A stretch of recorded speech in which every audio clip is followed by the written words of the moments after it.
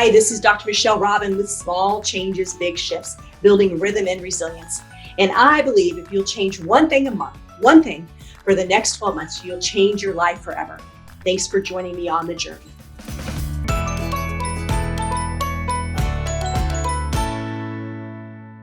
Hey everybody, welcome back to Small Changes, Big Shifts. Sorry for the little delay in technology, but hey, we got it here. So if you've been hanging out waiting for this for a few minutes, I'm sending you extra big virtual hugs for you taking your time.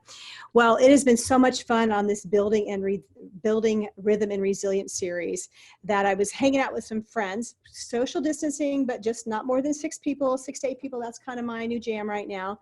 My friends Natalie and Susan, they're like, have you seen this guy, Paul Long? And so we pulled up some of his videos on LinkedIn and I reached out to him. And so, hey, here we are today. You know, last week we had that fabulous guest with James Beck, who basically gave away everything and traveled in service to each of the 50 states. And what a crazy story. That was sure fun. It makes you think about being more generous, that's for sure. So today I wanted to invite Paul on. Paul is a motivational speaker and consultant that has challenged the corporate landscape for over a decade while engaging audiences around the globe. Paul has provided memorable experiences for countless engagements, including workshops, trade shows, keynotes, and more. Paul Long's FUNdamism philosophy can be defined as the fundamentals of F.N, and optimistic lifestyle. Paul sure was fun as we were trying to go live. Paul, welcome to Small Changes, Big Shifts. Thank you, Dr. Robin. You know, every time I hear a speaker's bio or any individual giving a presentation's bio, I think to myself, including my own, how narcissistic. Do people really care what we've done? I don't know. Like, I just feel like they care more about the experience. So whatever we've said and done doesn't matter, but what we're about to experience is going to be fun. I can assure you that. Well, without a doubt, and I want to encourage our listeners to follow you and your message. And Paul, I crossed out 3 of the paragraphs of your 4 paragraphs of your bio, not because it wasn't really interesting, and I'm going to tie in one piece here and a little bit into our conversation. So I wanted to get started. So Paul, first of all, talk to me about the last, gosh, it's hard to believe we've been in this COVID little c, not big C experience for not quite 90 days, about 82 days in my calendar. How have you been handling this experience? I've been experiencing a whole lot of fun, a whole lot of introspection. I've really been present in the moment with our children and family. And I think that we could all probably relate to the fact that if we identify this moment in our life prior to and all the events that will wrap up afterwards, I don't know that we'll ever have this much time with our family. So it's been an absolute blessing, not without challenge, but I've been having a lot of fun being present and just being grateful for the time that we have. You know, I'm glad you said that. I've been keeping a list of pearls on a little yellow stick-em on my desk, pearls of this time. And one of them says, make the time count. And so I know a lot of people are struggling with they're too busy, busier than before, because now their boss, or their leaders know they're at home, so they can do a 6:30 Zoom meeting or early morning meeting, or they're actually bored out of their minds. I'm figuring out how to make that time count. Hey, I'm curious, by the way, every time I see you on a video, you have a fun shirt on. What's your shirt say today? Well, this is the brand. This is the What's Good t-shirt. It's a Charlie Hustle FUNdamism collaboration. And the purpose behind it, I saw a tweet recently, Dr. Robin, that said something to the extent of, if somebody figures out the answer to the question, how's it going, please let me know. And I love that because we're asked that question every single day, right? And right now, things are not fantastic for many people. Unemployment was at an all-time high. You know, we're starting to see an upturn there, or a downturn, however you want to look at it. Things are getting a little bit better, but a lot of people are in their feelings, they're in their emotions. And so when we ask questions like, how's it going? We have the best intent, but sometimes it drives a negative thought in someone's head. So what's good insinuates that something is in fact good. And the goal there is to create a moment of reflection where somebody can really be appreciative of something that they have in life. You know, I always love how these conversations go, because they just pull me into a moment. And for years, I've been asking my clients to change their state. The whole thing is about state management. and it's about breathing and moving, and then that thinking. And I always say tell me something good that happened today. And so I like that. What's good? That's it. What is good? So how did you take us back? How did you get to where you're at today? You didn't just come out of high school probably and start speaking on F.U.N. How did you FUNdamism? How do you say that again? FUNdamism? FUNdamism, you're nailing it. So FUNdamism, here's how that came about. So if you think of FUNdamism being defined as the fundamentals of a fun and optimistic lifestyle, I took the word fundamentals, optimistic, and fun together and created the word FUNdamism. So of course, from a marketing standpoint, I didn't really give it too much thought because most people can't say it or they confuse it with fundamentalism. And I'm like, no, that's not it. But nevertheless, to answer your question, fresh out of college, I went to UMKC after transferring from Johnson County Community College, and I took the first job that was offered to me. I was an underwriter for a Fortune 300 insurance company, call center space, and I've always been outgoing and extroverted, and I leveraged that skill set on the phones and made each day fun. And people would always ask me, like, what's going on with this guy? Like, is this innate? Like, are you this way all the time? And I think that as our relationship grows, Eleanor, Liz, Dr. Robin, you guys will find out that if there's anything that I am in life, it's pretty darn consistent. So what you see is what you get. And I climbed the corporate ladder. I ended up, my career was culminated in being the director of call center operations for that insurance firm. And I just wasn't happy. Like, I had everything that society told me would make me happy, but I wasn't. I was miserable. And so my wife, she knew that I'd been sitting on this concept of FUNdamism. I had a book half written and, I just wasn't doing anything with it. And she told me, the world needs FUNdamism, but you need it more. Let's chase your dreams collectively together. So I quit my job and here we are. How long ago was that?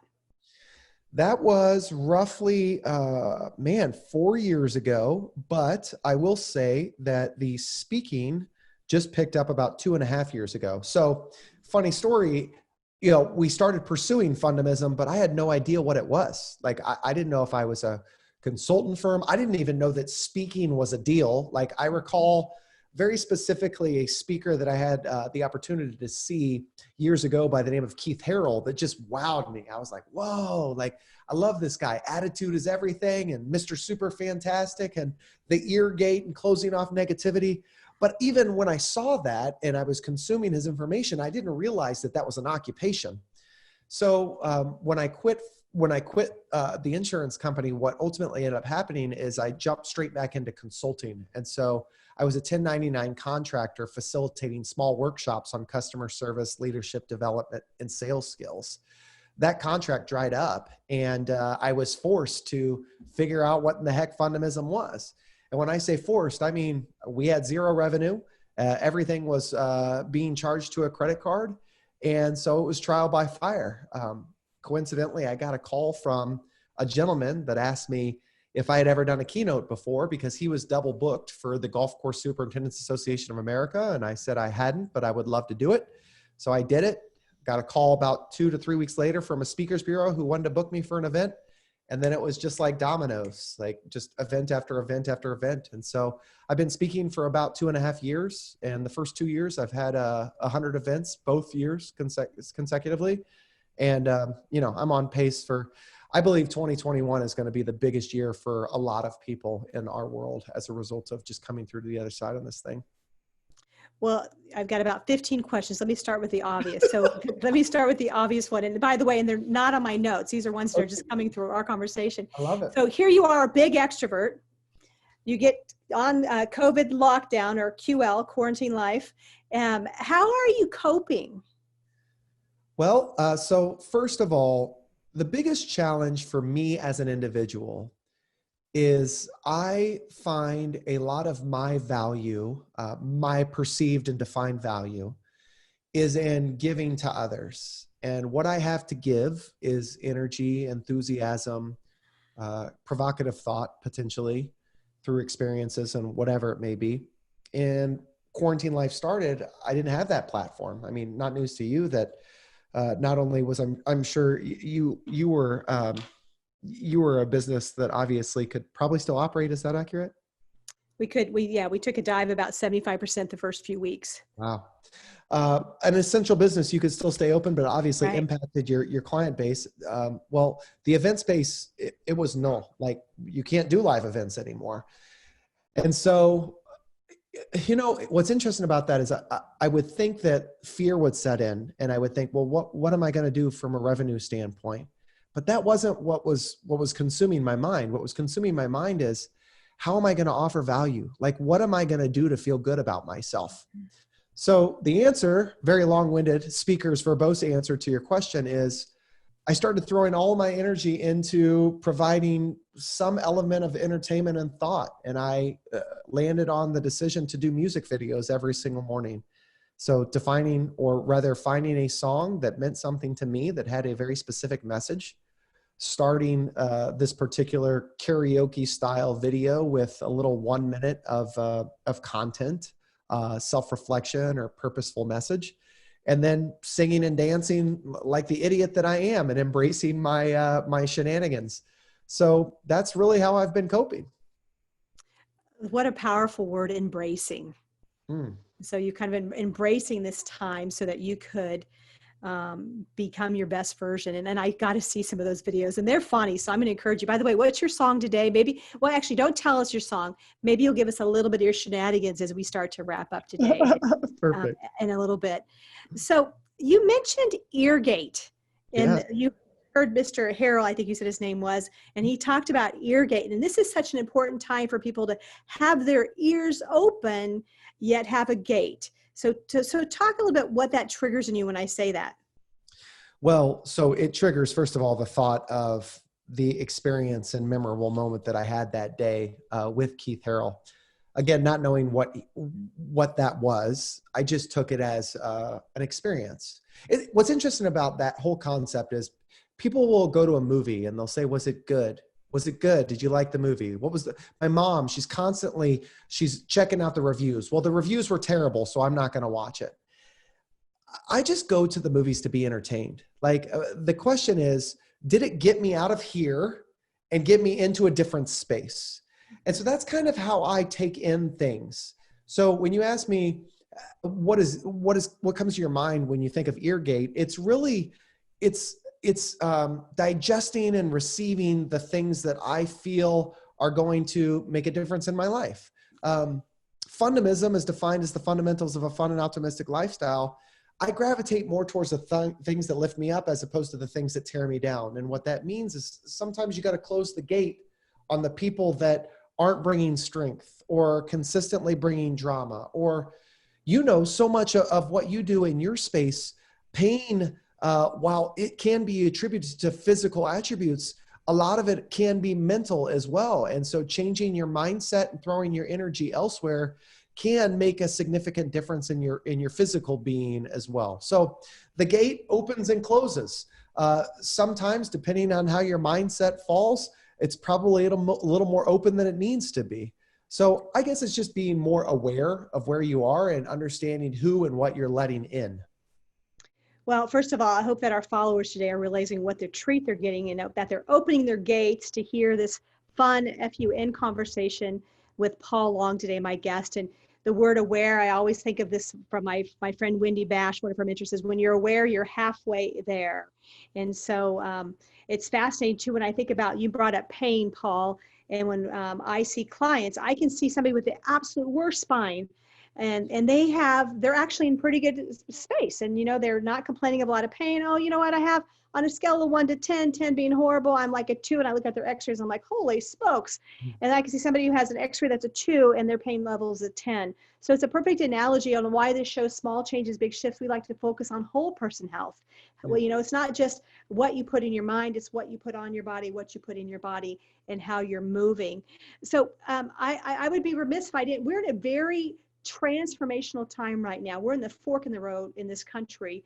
And I believe that since we have been settled down with little c COVID-19, that people are ready to take some action on a very important discussion that I'm actually surprised that we're having in my lifetime, Paul. And you talk about the word F meaning foundation. And we talk about racism and injustice and things like that. And foundation's so important. So go into your explanation of the three words, F-U-N, and then Mm, I really want you to dive into foundation and what somebody can do to help build a better foundation. for sure. So fun to me is not just a word or a lifestyle. It's an acronym. You know, another one of the challenges that I faced in my career is people oftentimes, organizations at times look at me and they say, well, this is unattainable. We don't want everybody in our organization to look like this. Or, fun could be somewhat faux pas, like it's connected with a lack of productivity or immaturity, whatever it may be. Those are things that I've battled in my life. So no one can define your fun for you. So whatever you do for fun, whatever gives you strength, whatever gets you out of your head and provides or serves as a brain pattern interrupt is what I call a fundamental of a fun and optimistic lifestyle. Now, as it relates to the acronym, the F stands for foundation, the U, understanding others' perspectives, and the N is next steps.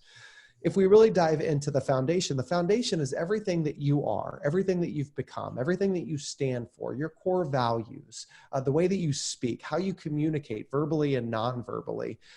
What do you stand for? That was today's song, which I didn't give you the song, but this is the concept. And today's message is, what do you stand for?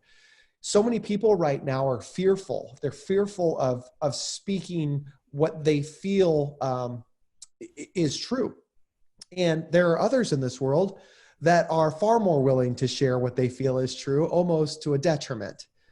I believe, and my message has never, ever wavered when it relates to foundation, that FUNdamism at its core is about creating moments of joy, fun, and fulfillment for all. And that includes kindness and equality for the whole world. And so I'm really leveraging this platform in my own personal foundation to say, guys, everybody out there has got something going on. We all have life's challenges and tribulations. We mentioned unemployment going on. And I would be remiss to say, to use your word, I feel like if you just backtrack, if we backtrack 3 months ago and somebody were to say to you or society members, your worst fears, what are they? Well, people would say, I lost my job. I wasn't able to provide for my family. I didn't know where my income was coming from. I didn't know if I was going to be evicted.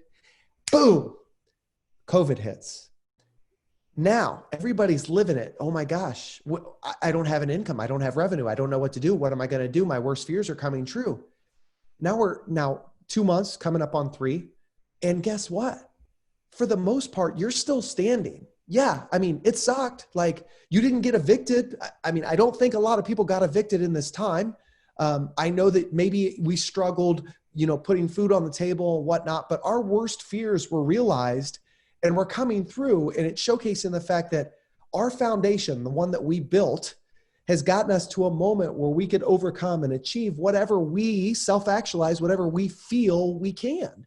And you can, more so than you think. So there's so much more that goes into foundation. For the sake of boring you, I will not go too much into more detail. Are you a victim or are you a victor? That's a mindset. What is your purpose in life? How do you show up? The U is understanding others' perspectives. And so I'm going to take a step back before we get into the U, and I'm just going to check in with you. How are we doing? And did I answer your questions as it relates to foundation? I think you did a great job. Foundation is based on so many factors, and you did a wonderful job explaining that. I like the victim, not victor, or be a victim, be a victor, not a victim, I guess is probably the more appropriate way. We don't want to create more victims out of today's talk. Well, and this is such a pertinent time. So let's say you do have a good foundation and shift happens, right? COVID, you lose a job. I'd say probably some people's worst fear is that their parents get sick and they can't see them during this time period as we start to come out of it. So, but you have a foundation and we're able to kind of navigate through this 60, 90 days, which hopefully if you have a good foundation, but after about that 90 days, you start to maybe crinkle a little bit. And we're finding that I feel like that because we've had some solid foundation, we're able to look at other people's perspective. So talk about understanding other people's perspective. I think that's going to be huge, not just today, but in the next 5 months as we lead up to a new election. For sure. So I think becoming a well-rounded individual and educating yourself on other perspectives is critical in thriving in our world, right? There are a handful of folks in this world that truly have just disdain and hate in their heart. I don't think they're born with it. I do think that it's a learned behavior and something that is acquired over time. I mean, if you think about the way that we are born in the arms of somebody, a loved one, even those that may not be born out of love or they were born out of challenge. Somebody still embraced us in that moment and looked at us like, we were children and that we were amazing beings, because we are. And so over time we become jaded. So in understanding others' perspectives, this is all about how do you showcase a genuine interest in others? How do you listen with intent? How do you ask meaningful and memorable questions that showcase the fact that you genuinely care? Because by learning about others, you're growing yourself. You're growing your worldview. You're becoming more educated and more equipped to be able to handle and navigate the challenging situations that you just referenced, Dr. Robin. So one of the core examples is, we just talked about, how's your day going? Well, you could say, how's your day going, and not be present and not really care to hear the answer, because many folks are often walking into an office when they're saying that, and they don't even stop to hear the answer. Or you could genuinely say, as you did with your clients, Dr. Robin, I know that it's been a trying couple of weeks, couple of months here. Let's focus on something that's amazing in your life. What's been good that's going on in the last day or two? Now you listen. And that's important. When understanding others' perspectives, some folks out there, we listen to respond. We already have what we're going to say in our head. And it doesn't matter what response you give me. I have an idea and an opinion, and I have to vomit it out on you. Instead of listening with intent, and rather than listening to respond, listen to understand. So be present. One of the greatest fundamentals to me is listen with intent. Be deliberate in what people are saying. What can you garner from them that allows you to become a little more educated about their worldview, their perspective, or why they are the way that they are, to form a stronger connection? So I wrote down a couple words as you were saying that. And one was MMFI. Have you heard that one? Say that one more time. MMFI. I have not. Make me feel important. Make me feel important. That's it. If we could walk down the streets and we could see on somebody's forehead MMFI, like I've got that imprinted on your forehead right now. You don't have this receding hairline and all the light coming off of it? You don't have that? No, but it's a nice haircut. So I think about make me feel important. And, one of the things I tried to change in mine is I tried to take out the words, how are you? Because people are dealing with all kinds of stuff. And I think about a word I like to, when I say, hey, it's nice to see you. Thanks for coming in. Instead of letting people be able to vomit. Because, if we really wanted to know what was going on in people's hearts, I think we would all be maybe disappointed because of, some of the pain people have suffered, but yet they've endured through that. So I wrote down that, and I wrote down memorable moments, because I believe through this time, for me, I'm trying to capture some of the history of this time. And we are making moments, and it's not we're making days, but we're making moments. And we're having a moment here today getting to share with you because of my friends Natalie and Susan, because we were having a moment in the middle of Table Rock Lake when they brought you up. So let's talk about next steps, because I'm trying to get some, I have a good foundation, or I have a decent foundation. I'm trying to get some understanding. I've reached out to my friends that are really hurting right now. And they've been hurting for a long time, because we've had these conversations over dinner for years about racism and about being scared about your child, how they're going to, are they going to get pulled over that night and get home, whatever the case may be. We've had those discussions. But now the question I have a lot is, now what can I do? What is mine to do? What's my next step as a human being in this unbelievable time we're having in history? What's next steps mean to you? So we talked about foundation, we've talked about understanding others' perspectives, and now we're moving on to the N in fun, because without the N in fun, Dr. Robin, you know what it is, right? Oh, yeah. It's just nice. But nevertheless, the N in next steps, this is your success strategy. This is your implementation strategy. This is what are we doing as a result? And you, what an amazing setup. It's like you've done these interviews before. But next steps is really identifying, now that I have an understanding of my own personal foundation, what makes me tick, what my strengths and areas of opportunity are. Then I move on and I feel like I'm a little more present in identifying, understanding the understanding of others' perspectives. And I'm asking more meaningful questions, and I'm creating memorable experiences by making people feel important. Well, then we start to identify how to close those opportunity gaps and how to identify what truly we can do to help move the needle or move us forward, right? So, you never want to be a rocking chair where you're moving a lot, but you're never going forward. What we ultimately want to identify is, how do we get better? How do we improve not really our lives, but the lives of others? Because a byproduct of that is improving our lives. So you just identified a next step potentially. And I don't know if you're doing this now or not, but I love the concept of when you see people, you say, it's so wonderful to see you. It's nice to see you, because man, it's great to feel wanted, right? Now, I didn't hear you explicitly say this. From what I know about you and the energy and the vibe that I get, I'm certain that you do dive a little bit deeper. But for the audience members, we should take that one step further. See, we always say the what, but do we say the why or the how? Yeah, Dr. Robin, it's wonderful to see you. How often do you on this call and the observers in Facebook Live truly feel valued from others? So valued that others are willing to verbalize the value that you offer. And it's not just, thanks for coming. It's not just, I love you. That's a statement that we hear over and over and over and over again. Every time you pick up the phone and you hang it up with your family members, I love you, bye. It's lost its luster. What do you love? So the challenge, the next step, what can I do, is doesn't matter what race you are, what demographic, what gender, what sexual orientation you are, make others feel important. It's nice to see you. It's nice to see you because I haven't had a lot of social interaction over the course of the last 90 days, and you're the first smile that I've had outside of quarantine life, and it's brightened my day. Thanks for providing me that. That was really good. Thank you. I'm taking that in, and it sounds like you made the acknowledgement, and then you added the secret sauce, MMFI. As here's how you show up in my life. I have a saying about LTRs, lifetime relationships, and I'm an acronym nerd too. Just so you know, we're nerding out here a little bit today. I got a joke for you that one of my friends, Dr. Del Jocker, said. The difference between a geek and a nerd. What's that? They can marry outer species. A geek can marry outer species, where a nerd can only marry a nerd. But anyhow, that's the funny, right? I have to get some humor there.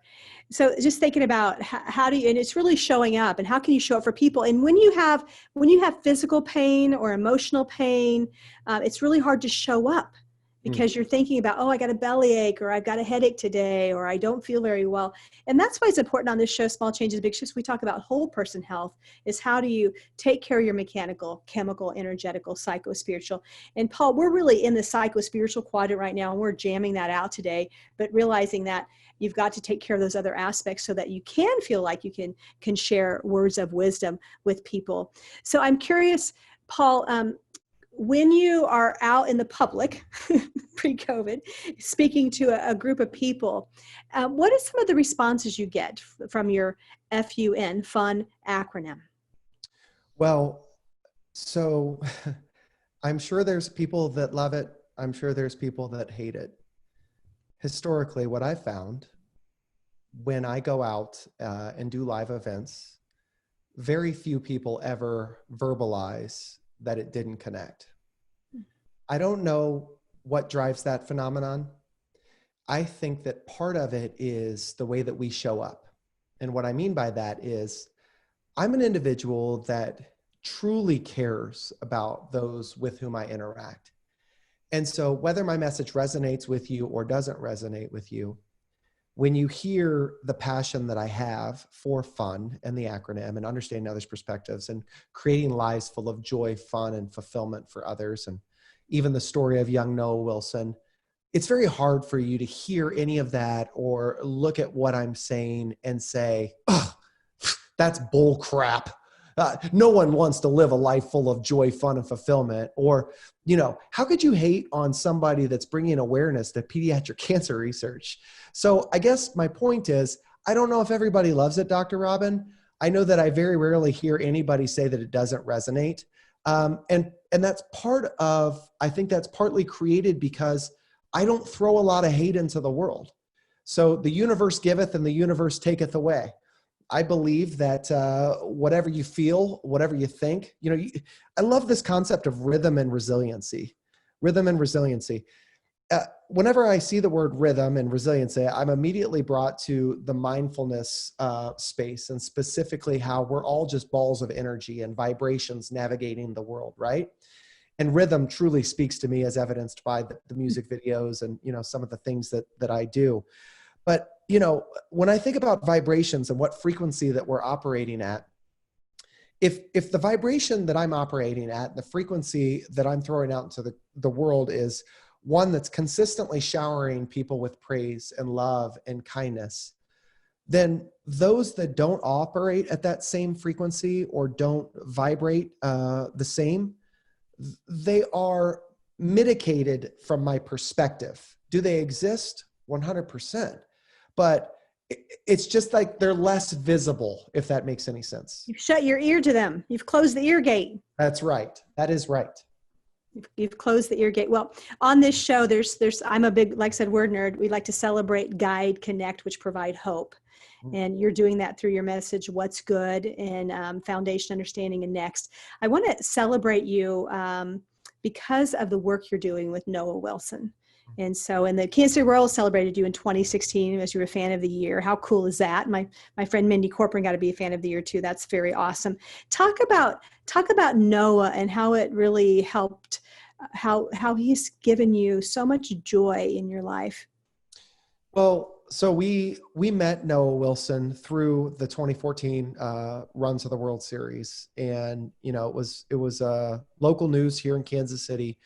Heard his story and how he was diagnosed with Ewing sarcoma, a very rare form of pediatric cancer, and how he was just a diehard fan and Royals fan specifically. So he became friends with Eric Hosmer and Danny Duffy and many of the Royals.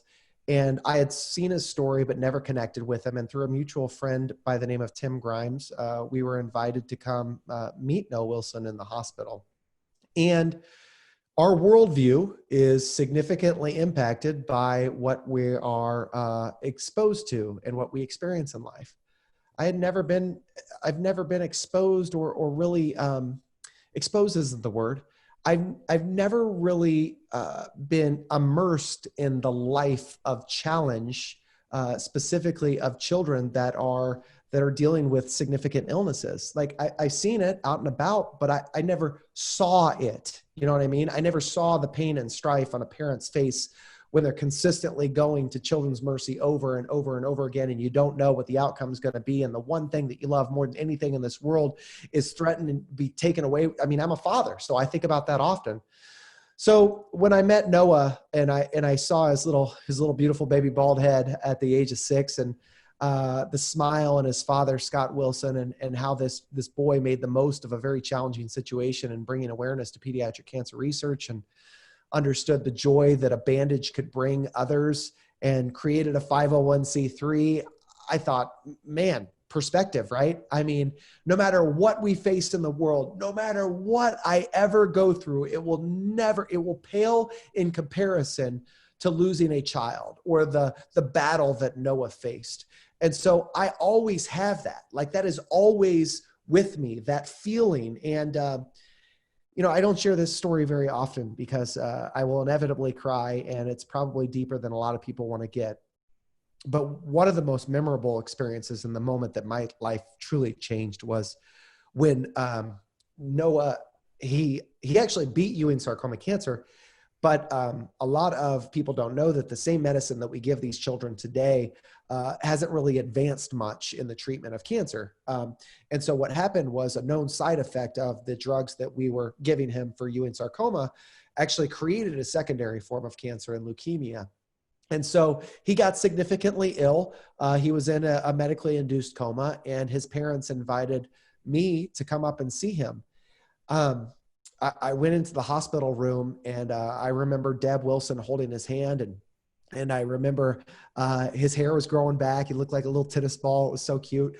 And tears in Deb's eyes, and Scott obviously bawling as well. And the end is near.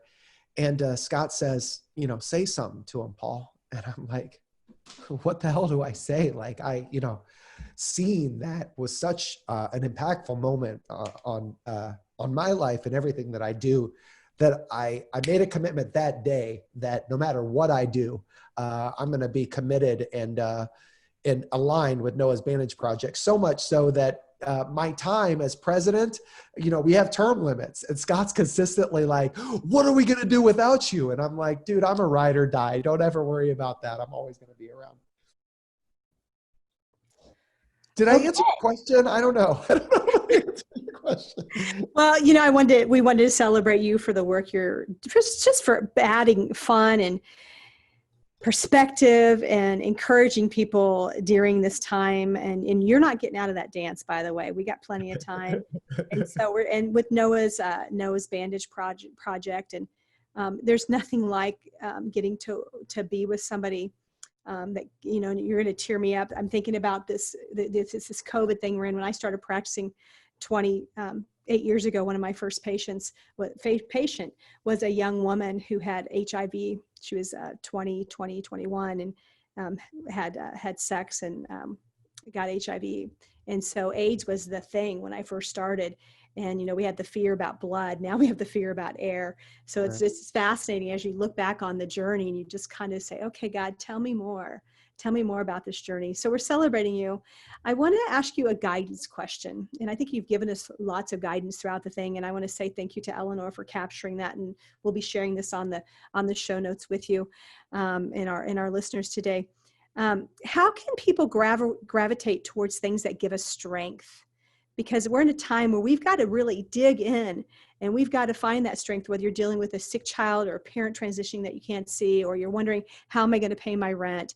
Or you may just be thinking, gosh, what's the next step I need to take in my career? Because I realized through COVID that I don't like my job. I'm not on purpose. So for sure, give us some gut. Well, I think it starts with awareness. And so, in exploring your own personal foundation, that means that you have to identify what you're great at and what you're not necessarily great at. And, I think unfortunately, we as individuals, we as humans are programmed, and it's something that we've done to ourselves, but we're programmed to think more about the stuff that's not working. This idea that we're constantly looking to grow and get better, and almost to a completely unattainable goal, right? Like perfection is not something that could be attained, but yet we measure our success by revenue or by Instagram followers or the foundation of makeup that we have and how people receive us, So the challenge that I would first say is think about how relentless you are as a listener of today's show in identifying what's not working in your life, at identifying and grasping your fears, at identifying your opportunity gaps and how to close them and how to grow and how to get better. Because if you're tuning into this podcast, it tells us that you care about educating yourself and other people's perspectives and worldviews and health specifically. So that means that you're close, you're there, you're trying to close the gap, you're trying to get better. Now, my challenge to you is think about if you were as relentless and as deliberate in identifying the things that give you strength and identifying the things for which you're grateful and being present with all the things that make you smile. I would venture to guess that if we get the old Law and Order scales out and you put the opportunity gaps versus the things which you're grateful for, what consumes the bulk of your mental state, your mental capacity, is the stuff that's tearing you down and the fears and the anxieties and the depressions. So real life tactical thing that you could do is I want everybody to get a piece of paper out or the notes on your phone. Don't just think about it, because thinking about it, it's only one step. You actually got to put pen to paper or put it in a place that you could visualize it and see it. I just want you to put down a running list of all the things that make you smile. What are they? Featured fundamentals is what I call them, the fundamentals of a fun and optimistic lifestyle. Putting a new spin on monotonous tasks, getting outside, sharing a kind word with a stranger, volunteering for somebody else, opening the door for somebody, dressing up in silly costumes, listening to music with purpose. These are all fundamentals. Write down what yours are. And if you need some help, the books at FUNdamism.com are on Amazon. I got a wealth of different activities in there to help you kind of get in discovery mode and identify what they are for you. As you identify all those things out, the challenge you asked specifically, what do we do? How do we get to a place where we're more deliberate in doing the things that give us strength? Well, when you're on the couch and you're thinking about what a crap day you had and how, nothing went your way, or you're struggling to identify how you're going to pay the bills or whatever it may be, you're convinced that you don't want to do anything but be mindless. Like you just want to be on the couch and think about nothing. But what that does is it creates a cycle where you're just thinking about everything. You're not thinking about nothing. It's like that phenomenon when you're laying in bed and you want to go to sleep and you're like, gosh, I need some sleep. I got a big client call tomorrow. I can't sleep. Gosh, I just wish I could sleep. And it just compounds, right? It's in these moments where you have to physically do something different. You have to look at your list, the things that make you smile, and you have to do them. Even when you convinced yourself that you don't want to, you have to change the scene. Related to sleeping, I'll give you one last example.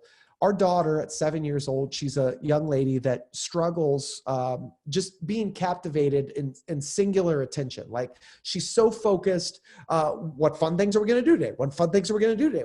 And there's nothing else that's going on in the world. As such, her brain goes at night a lot. She struggles sleeping. We downloaded the Calm app and got the paid version that was like $59 a year. Best investment I ever made. Every single night before bed, we played the daily Calm. And it forces Adeline to be present and listen. And she'll try to talk. And she'll say, hey, Dad, what fun. And I'm, baby, now's not the time for discussion. I want you to focus on what she's saying. I want you to focus on what this lady is saying. This is our daily Calm. And as a result of that, she's sleeping through the night. She doesn't get up 17 times out of her bed. She's more well-rested, and she's more present throughout the day.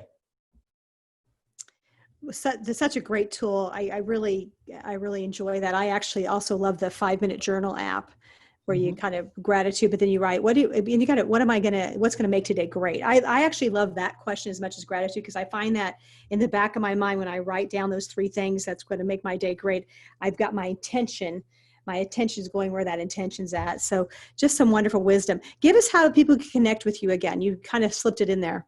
For sure. So on Twitter and Instagram, it's at FUNdamism, Paul. It's spelled just like it sounds, FUNdamism. You go FUNdamism.com. You can learn all about FUNdamism and gravitate towards things that give you strength. The book, the workbook, the t-shirt, all of that stuff is there. I don't care if you buy my product. I just care if you commit to creating a life full of fun, joy, and fulfillment, and self-actualizing the awesomeness that you can create in this life. So outside of that, Facebook, you guys are all connected now watching us. And then I too have a podcast on all streaming platforms. It's called the FUNdamism Podcast. So wherever you stream stuff, you could find this mug. We're big supporters of the Be Good to People company. And Eleanor, I'm liking that What's Good shirt. We might have to add another good to our repertoire at Your Wellness Connection, where we could inspire people. So we've talked about celebrating you and celebrating the work you're doing with Noah's Bandage Project. We've given us some wonderful guidance today about closing the gap, about making memorable moments, about understanding perspective, which is such an important time, and the next steps. Not just I'm going to do what you said, Paul. I'm going to add that's nice to see you, and here's why.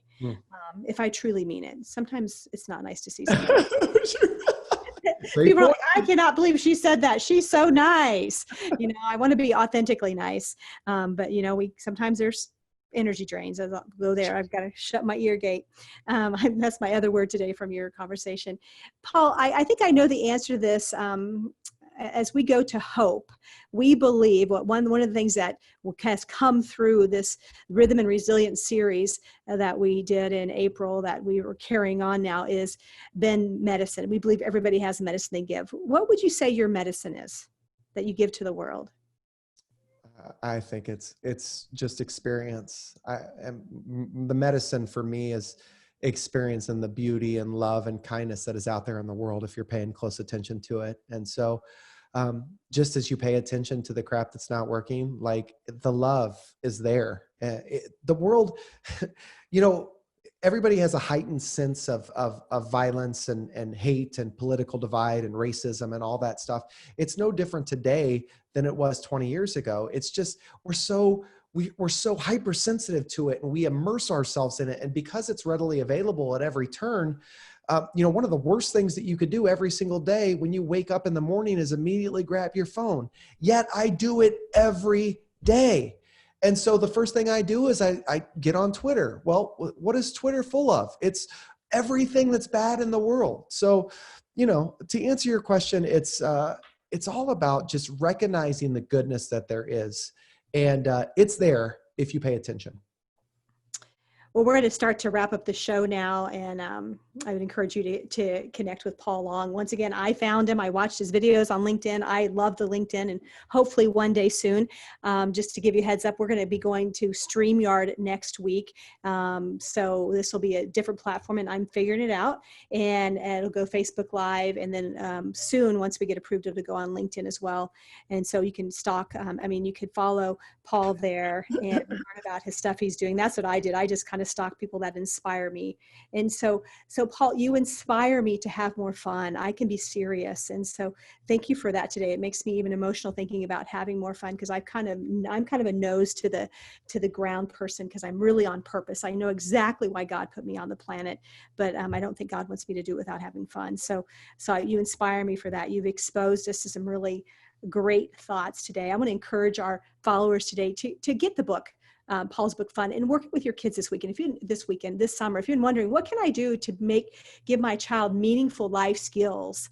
And yes, baseball's great and soccer's great because it gets out some of their energy, but how do you really help their heart? Because the way we're going to change what's happening on the planet is we all heal our hearts. And when we heal our hearts, we will reach out to people. We'll make that eye to eye or soul to soul conversation to make people feel important. So I'm going to encourage you to join me next week here. We'll be coming through StreamYard. I actually, to be honest, don't know exactly what that looks like, but we'll keep you posted pretty soon. We'll keep you posted on the next week comes. Next week, we'll have Dr. Daryl Messick on our show talking about health and well-being. And the following week, we'll have Liza Ingrassi. She's the president and CEO of the Hoffman Process, which you've heard us talking about. And they are really here. You're talking about foundation. The Hoffman Process helps people shift their foundation, heal their hearts, so they can go out and help heal the world. So hopefully you'll join us then. So Paul, oh gosh, do I ask you a quote, or I have you dance, or have you do both? Okay. All right. Give us a song. Okay. Because Liz, who's live with us right now on Zoom, and I know there's other people on Facebook. Okay. Come on. Give us your magic. And I'm going to let you off the hook unless you want to do your quote first. So today, no quote. Today, the song was Some Nights by the band F.U.N. And just that was coincidentally the first song that I've ever done by them. But really the purpose behind that message was mental health is a constant roller coaster, right? Some nights you're super confident and super, you got everything in line and everything feels great. And some nights you don't.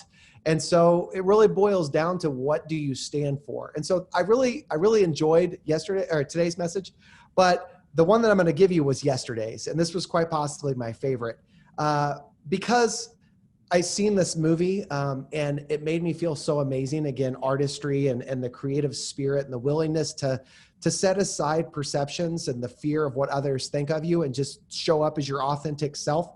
Freddie Mercury was an idol. I mean, I don't care how you feel about lifestyle or how he lived or his belief system. The guy put himself out there and he delivered a musical experience that had never been felt before, and a concert experience that people just immersed themselves in and became as one. So ultimately, the song yesterday was Radio Gaga. And I'll close with this. Too often we hear the sound of Charlie Brown's teacher, right? Well, wah, wah, wah, wah, wah. You go into the chiropractor, you go into a wealth and wellness clinic, you talk to your spouse, you talk to your kid's teacher. we have the same conversations over and over and over and over and over again. And so one of the core values of FUNdamism is differentiating yourself, putting a new spin on these interactions and creating a more memorable experience. So the verse that really comes to mind is, so don't become some background noise. I'm not going to sing it because I don't have the overlay of music to help me. A backdrop for the girls and boys. So I repeat, so don't become some background noise, a backdrop for the girls and boys who just don't know or just don't care and just complain when you're not there. What is it? It's saying that you've become the same. Be your authentic self. Stop worrying about what everybody else thinks of you. Use your real voice, not the one that you feel like society wants you to use, but your voice. Don't become some background noise.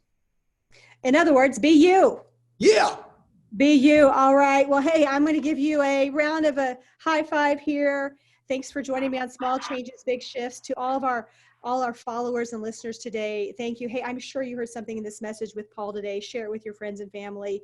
Let's talk about what's good. I'm not saying let's ignore what's going on in the world, but let's also talk about what's good. It's good that people are coming together. And hey, we'll see you next week right here on Facebook Live. And hey, I'm going to end my quote with Randy Pausch, who has got a powerful story. If you've not seen his video, I'd encourage you to watch it. It is a tear jerker, but it's a game changer, just like our call was today with Paul Long. Back to another shout out to my friends Natalie and Susan, who made this happen today. So here's my quote. I am going to keep having fun every day I have left because there's no other way of life. Paul showed us that today. You just have to decide whether you are a Tigger or an Eeyore.